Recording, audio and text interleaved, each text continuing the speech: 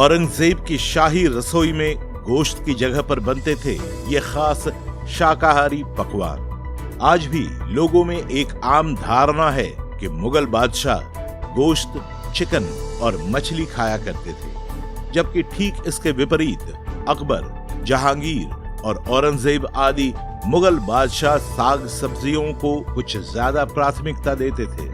इस स्टोरी में हम आपको औरंगजेब के पसंदीदा शाकाहारी भोजन के बारे में बताने जा रहे हैं। फूड हिस्टोरियन सलमा हुसैन अपनी किताब the empire of the great Mughals, history, art and culture में लिखते हैं कि मुगल बादशाह अकबर की शाही रसोई में भारत और फारस के तकरीबन 400 रसोइये काम करते थे। शाही रसोई में मौजूद इन रसोइयों की संख्या से आपको अंदाजा लग गया होगा कि मुगल बादशाह किस हद तक खाने के शौकीन थे।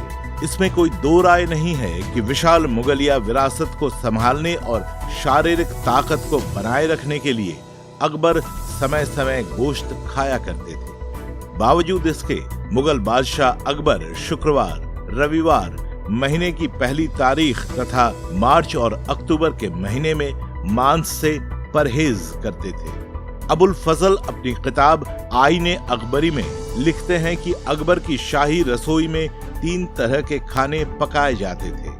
पहला सूफियाना खाने, जिसमें मांस बिल्कुल भी शामिल नहीं थे। दूसरा, मांस और अनाज एक साथ पकाए जाते थे। तीसरे में ऐसे व्यंजन थे जिसमें मांस, घी और मसाला को एक साथ पकाया जाता था। अब आप समझ गए होंगे कि अकबर की पहली पसंद दाल, मौसमी सब्जियां और पुलाव होते थे।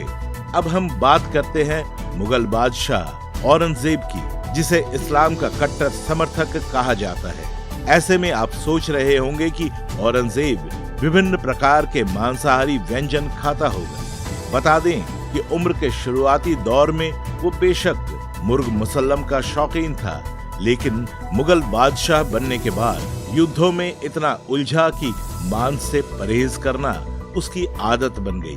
मुगल बादशाह औरंगजेब अपनी जवानी के दिनों में शिकार का शौक रखता था। वहीं बुढ़ापा आने पर शिकार को बेकार लोगों का मनोरंजन बताने लगा।